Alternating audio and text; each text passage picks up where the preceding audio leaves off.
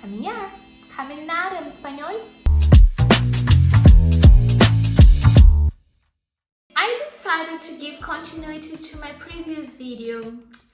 So remembering one of my followers, Rafa Chinês, asked me to do videos getting some verbs that you guys have difficulties to use in context and don't understand. When can you use it?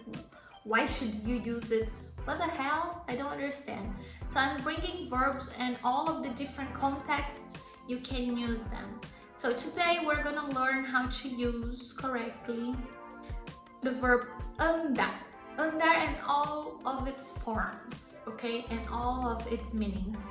But first, I'm Leca, I'm from Brazil, and if you're here, you're studying Portuguese, consider subscribing to my channel. It only takes 1 second. Give me a thumbs up if you're enjoying myself, and then let's go to the content, and here we go. So the first meaning, an easy one for the verb andar, is caminhar. Caminar em espanhol? No. Walk. Caminhar. Caminhar.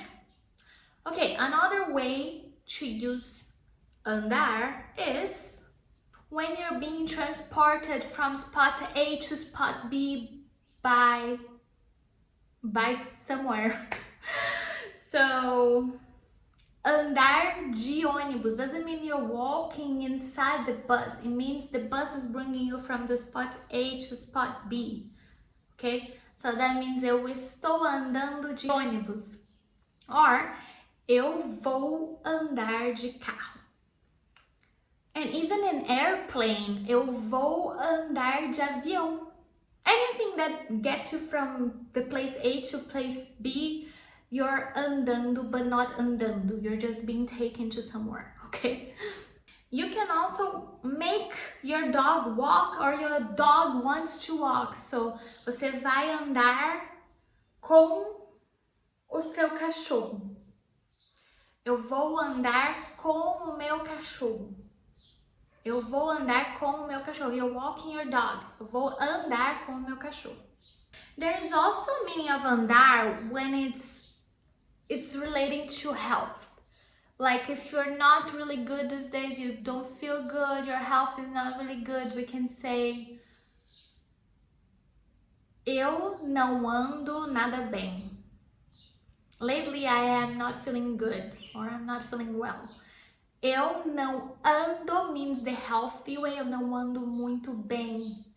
Eu não ando muito bem doesn't mean that you don't walk good, you walk like a crazy person. No, it's relating to your health and your well-being, how you're feeling these days. Maybe you're depressed, maybe you're sick, maybe who knows. So, eu não ando nada bem. Also, like, you're worried about something. You can say, eu ando preocupada. It doesn't mean that you walk worrying about things. Your state of being, it's being worried all the time about everything. So, eu ando preocupada. Eu ando preocupada.